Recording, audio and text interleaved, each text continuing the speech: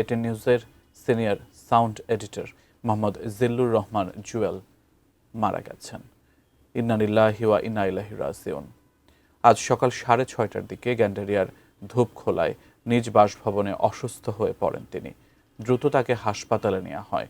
সেখানে কর্তব্যরত চিকিৎসক তাঁকে মৃত ঘোষণা করেন। বাদে জোহর গ্যান্ডারিয়া জামে মসজিদে মরহুমের নামাজে জানাজা এবং এরপর জুরাইন কবরস্থানে তাঁকে দাফন করা হয়। জিল্লুর রহমান জুয়েল স্ত্রী ও 2 ছেলেসহ অসংখ্য গুণগ্রাহী ও স্বজন রেখে গেছেন।